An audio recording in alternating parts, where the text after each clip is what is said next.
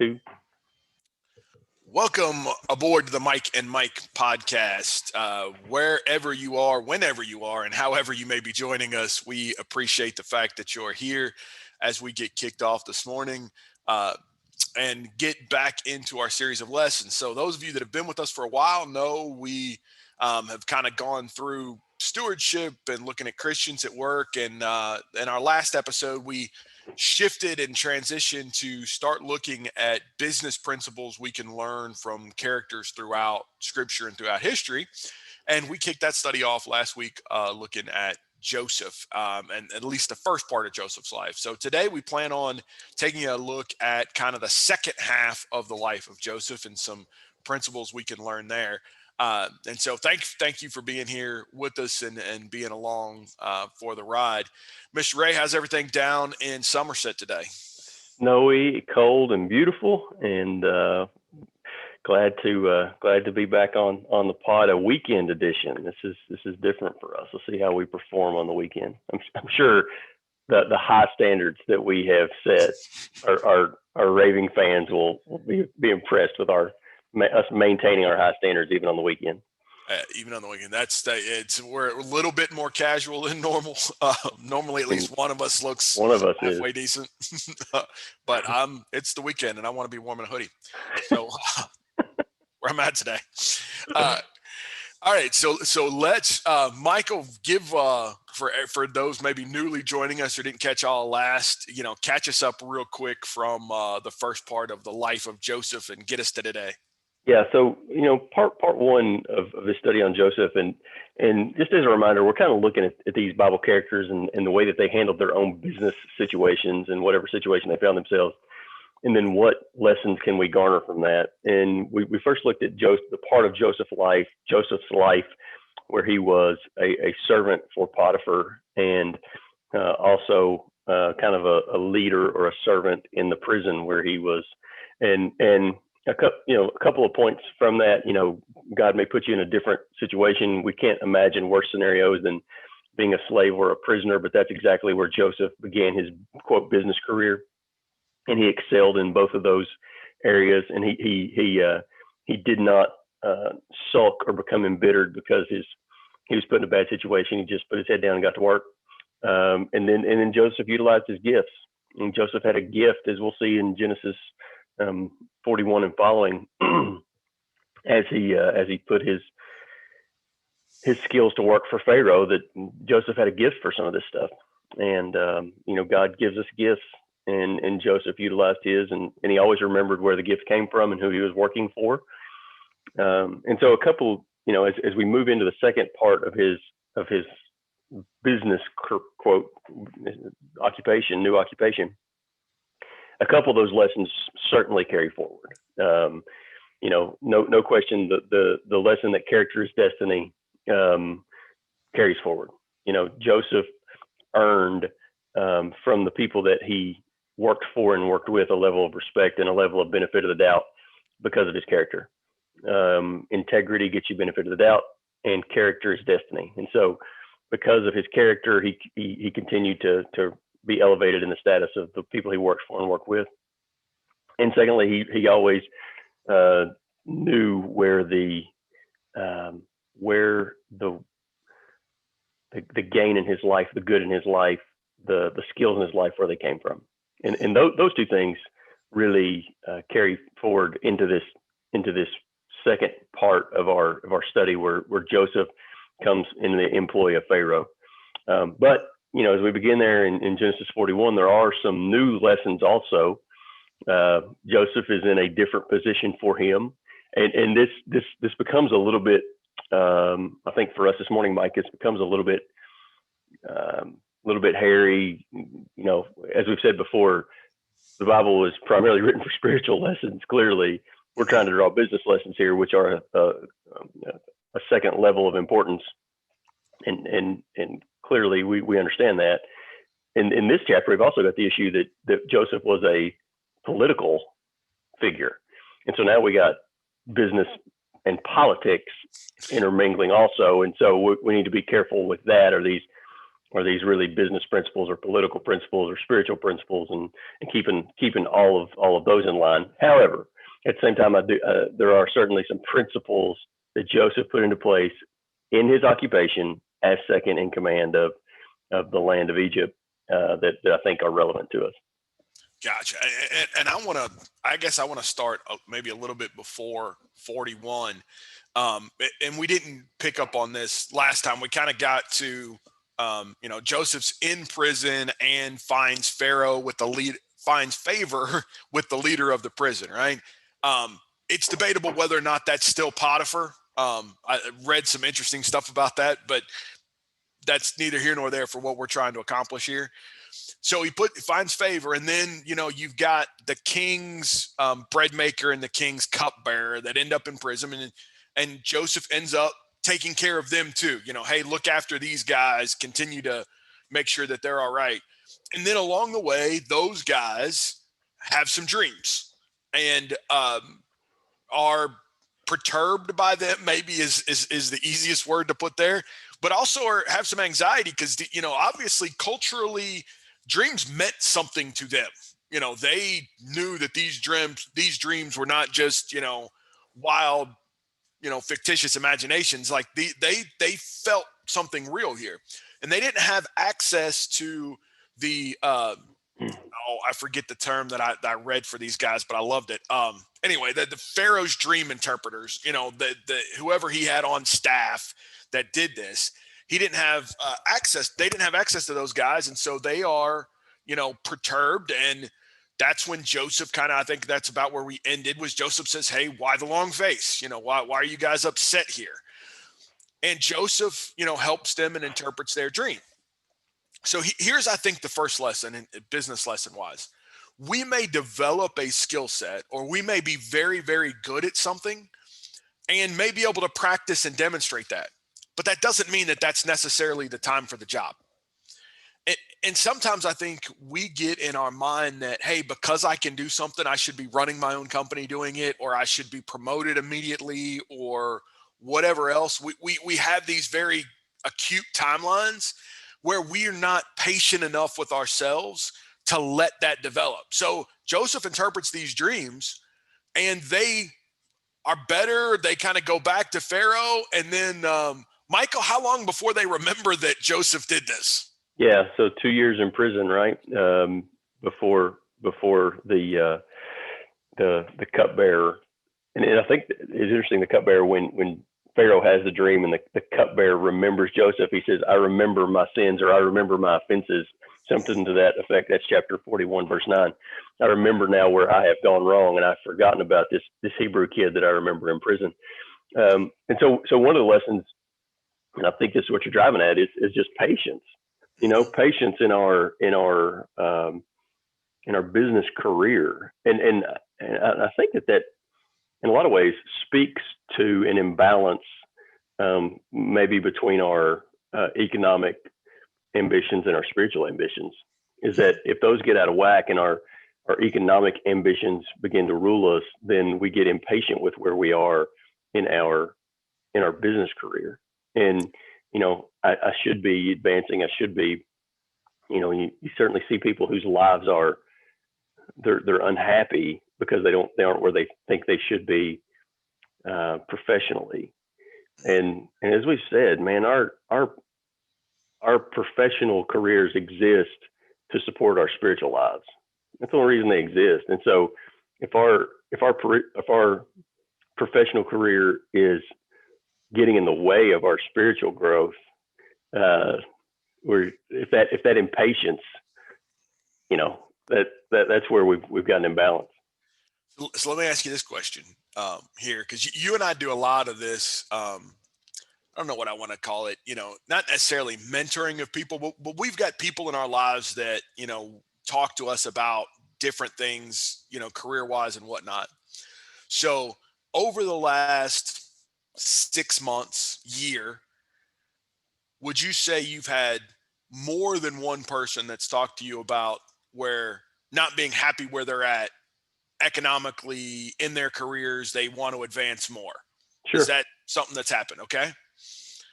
Follow-up question. how many are not happy where they're at spiritually? Hey, I should be a deacon by now. I should be an elder by now. I should be in a bigger position of leadership within the church by now. How many are frustrated with where they are in their spiritual growth? Because I'll tell you, the number that are frustrated economically are tenfold the ones that I talk to that are frustrated spiritually. And Yeah, usually amen. the ones that are frustrated spiritually are it's because they've done something dumb. It's not because, hey, I want to be a deacon. It's I've messed these things up and I got to try to fix them. Um, but Yeah, I and think I'm not. that to your point. Yeah, and I'm not down on people who do dumb stuff because I'm in that. I ride solidly in that camp. But I hear you. You know, this speaks to the problem of the problem of the blessing of being in a prosperous area is that you live in it and you don't realize that you're living in it. And because economically the scoreboard is easy to see, it's easy to get wrapped up in where you fit in the scoreboard because you don't get a spiritual W-2 every year, and that kind of that becomes your economic scoreboard. How am I doing professionally? What that W-2 say that I was worth this year professionally? And that W-2 doesn't exist spiritually to see am I doing better spiritually this year than I did last year. And so since the scoreboard's not easy to see, sometimes we don't realize that we're not advancing spiritually, and we should be more dissatisfied than we are. Yeah. Terrible sidebar that we need to pick up at some point. I wonder. Spiritual W-2s. Yeah, it's spiritual W-2s or scorecards, right? Maybe at the end of every quarter, the elders sit you down and give you your grades. Let's see where you can pick up here. You're currently a 2.0 student here, and we need to try to get you to 3.5. I mean, we say that flippantly, but we probably should all be doing that for ourselves, and roping in some people that know us well and that we trust to help us in that evaluation. Yeah, no question. Because how much again, do we do that in business, right? We have correct. peer groups and peer reviews, and we're constantly benching ourselves next to. Yeah, there's. Yeah, all right. I don't want to hijack where we're going with Joseph today, but we need to put a pin in that and come back because I think peer review and benchmarking to where we are spiritually needs to probably happen. Yeah. So the bigger principle here as relates to Joseph is if we are professionally and economically impatient, but spiritually complacent, that's a problem. And that's certainly a potential issue given where we live in the economic and socio-economic arena that at least you and I live in. In the U.S. Let me ask you this follow-up question too. So the cupbearer and the bread maker, Joseph interprets their dreams. They go back to work. One of them does. Well, one of them does.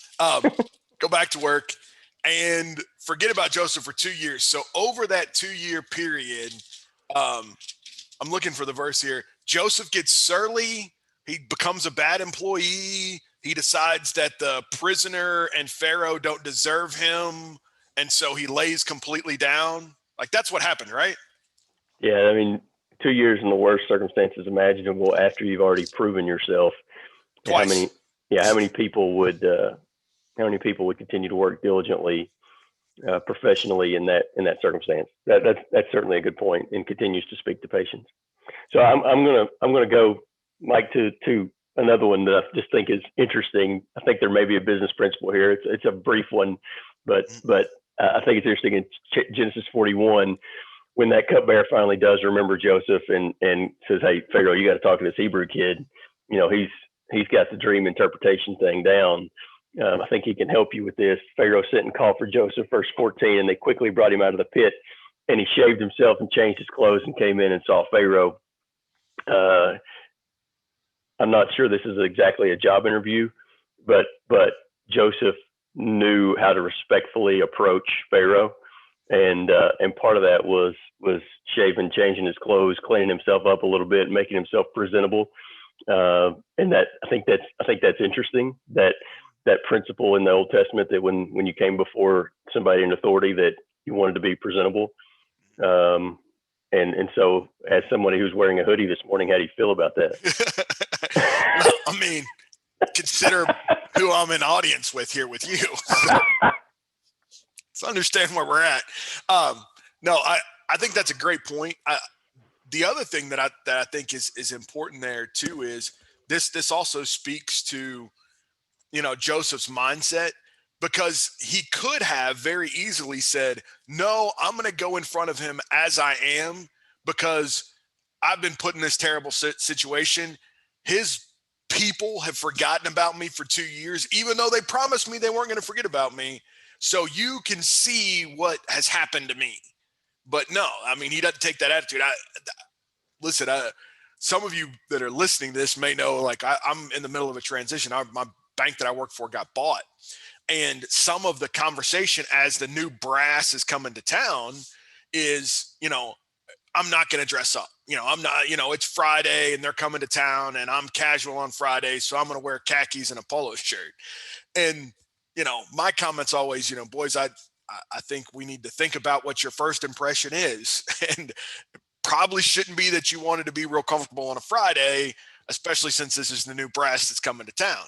But there is, I think, within some people, almost this rebellious type nature of when I feel wronged or when I feel like, I want to try to control the situation, I'm going to do it based on, dress, appearance, attitude, all of those things. When, the respectful thing to do. And if we, obviously it comes out in spades for Joseph, right? He gets the job, but you wonder how much he's able to even demonstrate what he can do based on that first appearance. Because like it or not, I mean, you don't judge a book by its cover and all that jazz. And we say stuff like that, but we all do. We make snap judgments based upon how people look across the table from each other. We're on a podcast this morning. I'm in a hoodie, and most of you all know me. Understand, if you come into my office the first time for a financial planning conversation, I've got a suit and tie on, because you expect whoever is going to manage your money to look like they know what they're doing and not like they just rolled out of bed, even though they may have just rolled out of bed. So, we have to understand that first impression is important. And we may never get an opportunity to demonstrate what we know or what we can do if the first impression is this guy's a clown. Yep. And that, as Joseph walks into that meeting with Pharaoh, I think it's also, certainly God's providence is at play here. There's no question about that. But, God's providence works through God's people in many instances. And, Joseph knows that Pharaoh is not, it ain't exactly like Pharaoh's a godly guy that he's going to walk before. He knows that 2 years ago he put the baker on a stake, and we don't even know if there's a good reason for it. He was just unhappy with him. Mm-hmm. And so, it's not, certainly this Pharaoh treated Joseph and his family well. And I would venture to say that Joseph had an impact on this Pharaoh over time.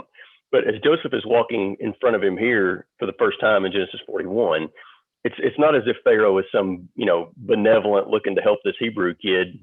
This is going to be a great story that, he could have just as easily, it's like an Esther situation. He could have just as easily walked out or been carried out of that meeting as it was that he was put in second in command. And so, going respectfully, and in the manner that we've talked about is, I think, even more important in that context. Can we assume the baker probably burned something? That's always been my assumption. He burnt the bread somewhere and it's got staked for it. Well, it just says he committed an offense, and then the cupbearer evidently did something similar. So anyway, I don't, what can a cupbearer even do? Spilled something on him? I'm guessing the cupbearer spilled something, but Baker burned something, and maybe it was his favorite bread. And that must be worse. Yeah, obviously. Take caution out there. Penalties may be difficult. So let's keep walking forward. So he has the job interview. Job interview goes well. He's made vizier of Egypt, which means he is second in command, which is, first of all, we have to understand that that's not supposed to happen, right? Well, I mean, yeah.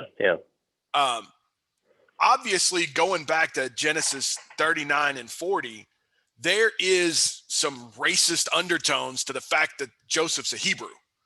Sure. Remember Potiphar's wife said, our master, your master, brought this Hebrew in to make fun of us, right? So they're looked down at on all other Egyptians, anybody. And it's not just the Hebrews, all other races that are not Egyptians are looked down upon. So the fact that that Joseph's second in command to Pharaoh is very, very significant. I mean, culturally, we could think about, people, again, out of place, out of time, who you look down on now that is in a position of second of power. So it's very significant, this role, but also it's very significant that, Joseph continues to excel at it. It wasn't just, hey, Joseph interpreted his dream. I've got this cushy state job and I'm going to put my feet up here on my desk and draw my check. Joseph continues to perform. And that, kind of brings us to our next point is, Pharaoh's dream was about hard times are coming. And listen, Michael and I have both been, in our careers pushing, I guess, close to 20 years now. Man, we're getting old. But Michael, do you need a dream to tell you that tough times are going to come in business? Yeah. I think Joseph and Pharaoh got a little more insight on the timeline than perhaps we have about when this next bubble is going to burst. But yeah, if we're prudent at all, we should be saving, right? That's a lesson from Proverbs. And I think it's interesting that Joseph's, because again, they do have this supernatural vision of knowing how long the years are going to be. They know it's going to be 7 plentiful years and 7 lean years. And I think it's interesting that in verse 34, Joseph puts in this 20% kind of flat tax, 20% of the produce. And, if I think that principle that I think is interesting is Joseph probably accumulated more than they thought they were going to need. That in my mind, if you've got 7 lean years coming, how much do you want to keep back? Well, maybe you keep a 7th for 7 years or whatever. But Joseph said, no, it's 20% is what we're going to need, and be fair. And then all of the administration and bureaucracy that he would need to set up in order to have all these storehouses and all these different areas and logistics of getting the grain. Anyway, Joseph's ability and all that. But even more importantly, I would imagine that the common people of Egypt did not appreciate the foresight of this 20% off the top. Zero chance. Yeah. Zero chance. Zero Right. chance that one, this Hebrew clown from out of town, the expert from out of town that you brought in, that, by the way, wasn't he just in jail a couple of days ago? Ex-con. Right. First of all, he came in as a slave, and we know him because he was over at Potiphar's house. Didn't he mess around with Potiphar's old lady, end up in jail, and now you're telling us that we need to put back 20% of everything that comes in? Man, look at how good we got it right now, right? Look at how much we're prospering. We're wealthier than we've ever been. Times are good, man. But here's the biggest principle I think that's in here. I think it's a huge business principle. It's a huge individual principle for your family, for your life, is you cannot live at your means. You must live significantly below them. Now, you've got to figure that out, all right? And figure out kind of where you're at there. But, living on 80% of your income is probably a good start, because I'm telling you, lean times are coming. I'm not a prophet or a son of a prophet, but we can get into all the reasons why, modern monetary theory and the printing presses that we're doing with the Fed eventually is going to blow up.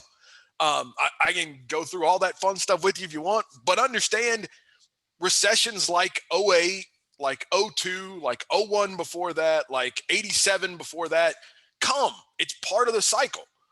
But if you're living at or above your means, if you make $100 a week and you're spending 110, when the recession comes, you are in desperate trouble.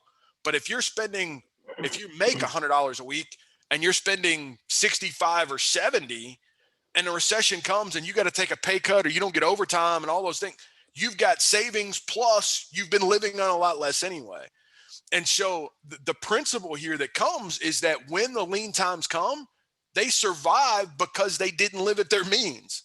They kept stacking stuff up and putting it away and moving it off the table, and they survived on what they had, because when the lean times came, not only did they survive during the lean times, but we're going to learn a little bit later, and we'll have a little discussion about the role of capital, that they thrived and expanded because, again, when asset prices are depressed, cash is king.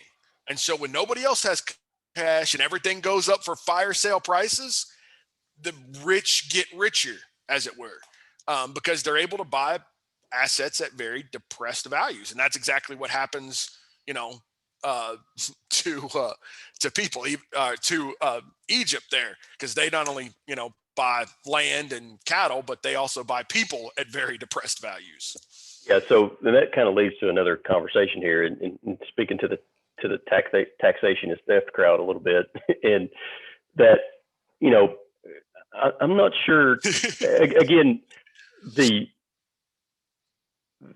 reason that these things are left for us in Scripture is for our spiritual benefit. Joseph is a spiritual lesson about, because Joseph paves the way for Moses, and Moses is the type of our salvation out of sin to the promised land, and all those spiritual lessons. That's what we're doing here. These other lessons that are ancillary and certainly far less important, and yet we see that God continues to operate in the lives of these people, and God operates through a lot of different political and economic systems, and as far as I can tell, is indifferent to whichever one suits his purposes. And you and I prudently can have a conversation about which one we prefer, which one we think makes the most sense. But ultimately, does it suit God's purposes is something that we're not qualified to answer. God is the only one that has the field of vision and the scope of eternity and what needs to happen in the kingdoms of men to make those decisions. But I will tell you that in this circumstance, without the implementation of what was probably considered an egregious 20% tax, that those Egyptians would not have survived the 7 lean years. Oh, absolutely. Yeah. And you can get into, right, what's a fifth versus a seventh. So essentially they saved 140%. So they not only had enough to cover, but they had excess, and that extra 40% is how they ended up really becoming a world superpower, because they bought up everything around them.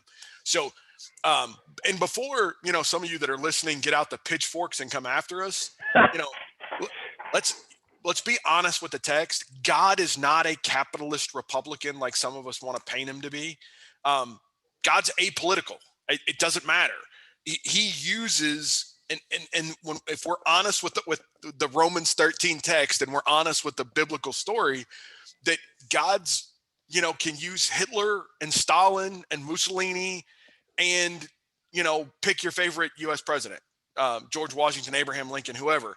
He can use all of them and still accomplish his goals. It doesn't matter. And let's not forget that, that even when we think we know what the best system is, that the nation of Israel failed when God was their king.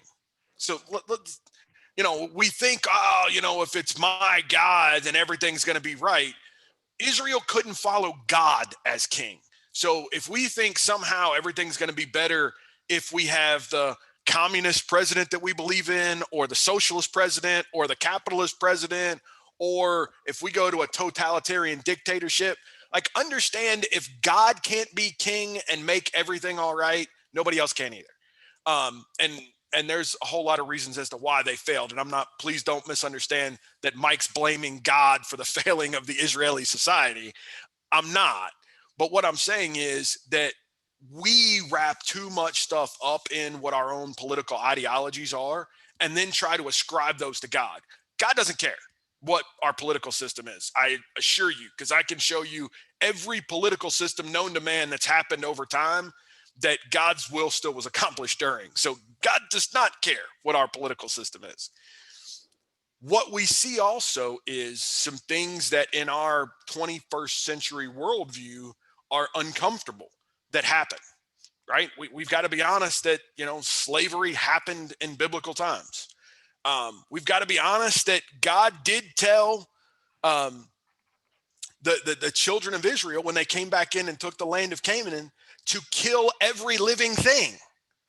That happened. Now, in our worldview today, if the United States was going to attack Canada, I don't know why we would ever attack the Canucks, and the president at the time said, we are going to kill every living thing, that there would be outrage on the world stage, and everybody would think that person's terrible. But those orders came from God. So there's some uncomfortable things that happen within the pages of Scripture, but that are all part of God's will. And there is a bigger, broader answer as to why they happen and why they're supposed to happen that way. So, we've got to kind of move some of this stuff out of our worldview to say that this is good or this is bad. God's in control here. And we've got to understand there's bigger things at play than what we think about politically or socioeconomically. Remember, what Michael and I are trying to do is just parse some, socioeconomic business principles out of these things, while not necessarily agreeing with some of the other things that happen, right? I'm not saying we should, set up a, flat 20% tax across the board. But if you live on 80% of your earnings, I think that's probably a good idea. I don't know. Then I'd take that sidebar too far. Yeah, and move into Genesis 47, and that kind of speaks to what you just talked about, Mike, where Joseph begins buying up the land for Pharaoh, essentially. And so the people of Egypt buy this grain that he's accumulated, and then they sell their livestock for this grain, and then they sell their land for this grain, and they end up selling themselves for this grain. And there's a lot of people who are very uncomfortable with that. And I'm, was this just a horrible act by Joseph to put these people essentially in servitude of Pharaoh? And then apparently for 400 some years, Moses indicates that it was that way until his time.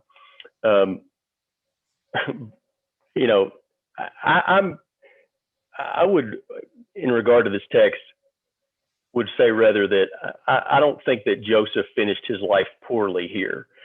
And so if you're going to, and there are many who would make this argument that Joseph has lost his way and he's treated these people terribly. And is that not saying that Joseph should be held up as some mark of perfection, certainly, but is it consistent with the text to say that Joseph lost his way here, and that this was not something that God approved of, and that this was horrible treatment of the Egyptians? I don't think we see that. I think that we see that God is at play, and Joseph is using his skills of management to try to equitably, to the best of his ability, serve his master, both Pharaoh and God, to the best of his ability, with the management and administration that he has set up. So I think you see in Leviticus, as we move on, if you want to make the analogy, that it was almost an act of mercy. It was a charitable act to help someone who was impoverished. And the social safety nets are very different in that day. Somebody that's impoverished and can't help themselves, to serve them and provide them with with something in exchange for their service was almost an act of mercy. Hey, I will allow you to become a servant in my home, and as the transaction for that, I'll provide you with food and money and whatever. That was almost looked at as a charitable act. We would not see it at all like that today. So, oh, you're going to put somebody in servitude. That is beyond the pale. Again, to try to look back on what Joseph did with our 21st century cultural values is really difficult. I'm going to have a hard time condemning that what he did there. I think he was a fantastic manager. I think he was an incredible administrator. I think probably don't comprehend very often from a business perspective what it took to oversee all of these grain storehouses all over Egypt, and the accounting of that, the logistics of that, the management of that, the people that he had to have underneath him to keep track of how much grain we got in Ramses and how much grain we got in Memphis and whatever the cities where these storehouses were, that the organization and the oversight and the management of that, Joseph had a gift, and that in his employ, that gift benefited Egypt. Yeah, and to that point too, but Joseph did not fall off the back of a turnip truck doing this. We've got to go back and understand, and I think sometimes we get that false impression in our mind, like, well, yeah, when he got promoted, he was just naturally good at that. No, let's go back. His blessing from God was, probably good decision making, but it was mostly that he found favor in everyone's eyes. That's the blessing that keeps coming up over and over again. His skill set of logistics and all that started in Potiphar's house, because remember that progression that we talked about. Potiphar started making him, we think Potiphar just gave him the keys to the kingdom. No, Potiphar started him out with small things, and he kept getting better and better and better at it. And so eventually he had control of everything other than what Potiphar ate for lunch, right? Then he goes to the prison, and they keep putting stuff in charge of him, and he does really well with it. So he's learning to manage people, learning to manage tasks, learning logistics, granted on a much smaller scale than what he's ultimately doing in Egypt. But these are learned traits that he's then taking and applying later on. And so that's the other lesson I think that's important here, is that, we shouldn't expect that, back to our patience, that our skills just develop overnight and God blesses us and we're perfect at it. Joseph honed these skills. He got really, really good at this. And what he's done is, it's phenomenal what he did there. So, I think he needs his credit there. And I think that's one of the lessons that we can learn here when we look at the business relationship here, is that how important these details and relationships are. Because understand that in this vast network and logistics and all of that Joseph wasn't himself going and checking on every one of these storehouses. Impossible. He had people. Had to. And so I think one of the great lessons business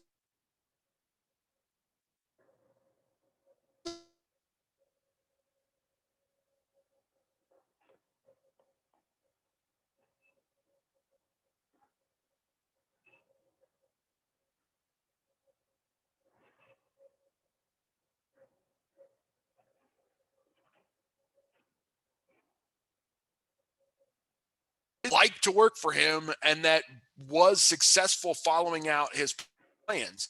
And that's huge. The finding favor, the not ruling with an iron fist, but rather the finding favor method, I think is going to help you be a lot more successful in business than you are any other way. The last point I would make here, and I've got to step out, is I think we should expect that when good, godly people with gifts utilize those gifts appropriately, first of all, they do it from God and acknowledging that it comes from God. And Joseph did that even in the naming of his children. You see that he always acknowledged that God put him in this place and all this stuff came from God. And yet, when good, godly people work in good, godly ways, their employers are benefited. Mm-hmm. Potiphar benefited. The prison benefited. Pharaoh benefited. Egypt benefited. And that shouldn't surprise us. And we shouldn't begrudge that. Correct. And it doesn't appear that Joseph did. And over time, with patience, even in all those years in as a slave and in prison, Joseph, with patience, kept doing the right thing, and eventually he got promoted. Now, I'm not saying we're going to be second in command, but with patience, eventually he got promoted. But even if he hadn't, I'm not sure that he would have changed what he was doing. Here, I'm going to throw a couple of quick sidebars in this story too, because again, for everybody that wants to throw stones at Joseph, I just want to point out a couple of very quick things here at the end. Joseph is second in command to Pharaoh, correct? It's my understanding. Is there anything that Joseph could not do that he wanted to do, other than maybe offend Pharaoh? Yeah. Okay. So we have no record of Joseph going back to Potiphar and saying, you know what? I made you all this wealth. I want half of it. I want a quarter of it. I want my share. Doesn't happen. We don't have Joseph going back to Potiphar's wife either and saying, you lying hussy, you need to go to prison now, or you need to be executed for what happened. You know what the truth was about that situation. We don't see him going back to, the cupbearer, right? Because the baker's dead now. Going back to the cupbearer and saying, hey, man, you left me in prison for a couple of years. I'm going to throw you back in prison and see how you like that for a couple of years and forget about you. Also, his lying, conniving, hateful brothers that show up, that put him in a pit that were going to kill him and sold him for $100. He had mercy and grace and forgiveness upon them. And what he does there shows that character. Joseph is not holding resentment, bitterness, vengeance, grudges. None of those things are part of who he is. Granted, does he make sure, he gets his father down and do a little trickery and whatnot? Absolutely. But he made sure that they were fed, and he made sure they got back to his father. And can you really blame him for, the deception with the brothers that sold him for $100 last time he saw them, right?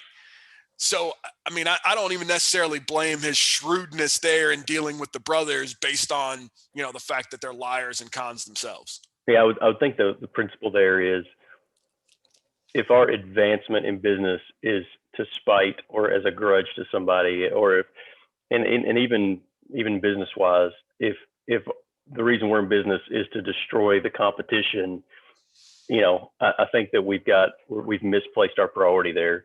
Joseph wasn't trying to raise in command to get back at those who had wronged him. He wasn't trying to alleviate some injustice. He was trying to do the best he could where he was. And so, if we're in business with idea we're going to get high enough to crush somebody, or we're going to get high enough to avenge some wrong that's been done to us, that's not the right reason to go about doing what we do. So those are the lessons. That's a good one. That's a good one to end on. Character is destiny. Keep your head down. Keep doing what God wants you to do, and use your blessings to God's service. You'll benefit, and those who employ you will benefit as well. And at that, I got to bounce, my friend. All right. Thank you all for tuning in. Where we want to tackle next? TBD. Okay, TBD. We'll flesh that out, but we're going to find another character and learn some business lessons from. Thank you for being with us. Thank you for tuning in. As always, fire your questions, comments. If there are any characters you can think about along the way that you'd like us to tackle, shoot those to us. We'd be happy to add them to the list as we go through this. It's been a good study for us so far. Hopefully you've enjoyed it as well. Till next time, thank you, Mr. Ray, and thank you to all of our listeners. Enjoyed it, my friend. See you.